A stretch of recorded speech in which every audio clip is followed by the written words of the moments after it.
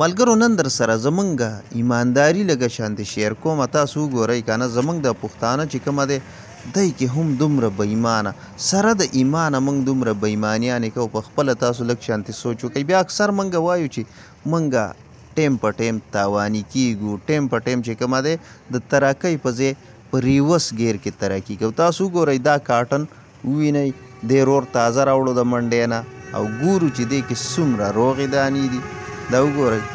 دا شنې دانې چې کومې تاسو ته ښکاري دا روغې دي او دا باقي ټولې چې کومې دي دا زما په خیال د خوراک نه دي ولې زه دغه دی ګورم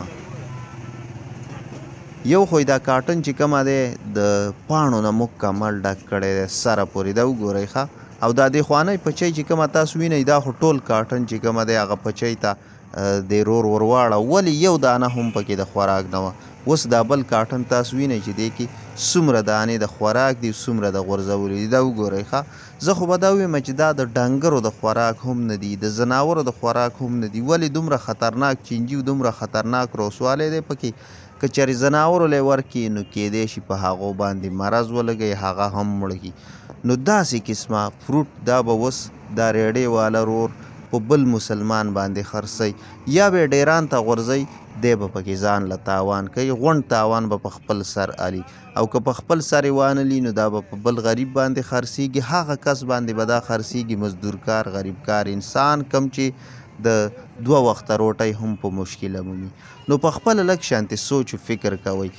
آیا منګه چې کوم دی یو بل لخپې وهو که نه وایي خلک خپلې فاصلې وهي لګیا دي پښتانه یو بل لخپې وهي لګیا دي دغه شانتې په دې مارکیټ کې داسې قسم عجیبه عجیبه دوکې روانې دي که نه ملګرو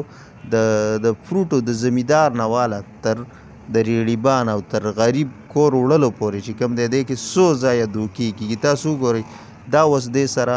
د زمیندار یا والله عالمه هر چا چې دا کاټن پیک کړی دی هغه ورسره داسې قسمه دوکه او ظلم کړی دی نو آیا زمونږ د ترقۍ پرمختګ د لارې د نیولو دغه یو څو وجوهات دي منمه چې موږ کې ایمان شته دی موږ چې کوم دی مسلمانان یو خو هغه انسانیت په موږ کې نشته دی داسې دا نور ترقي یافته قومونه دا اډوانس خلک چې کوم دی دوی کې ایمان نشته دی خو انسانیت پکې شته دی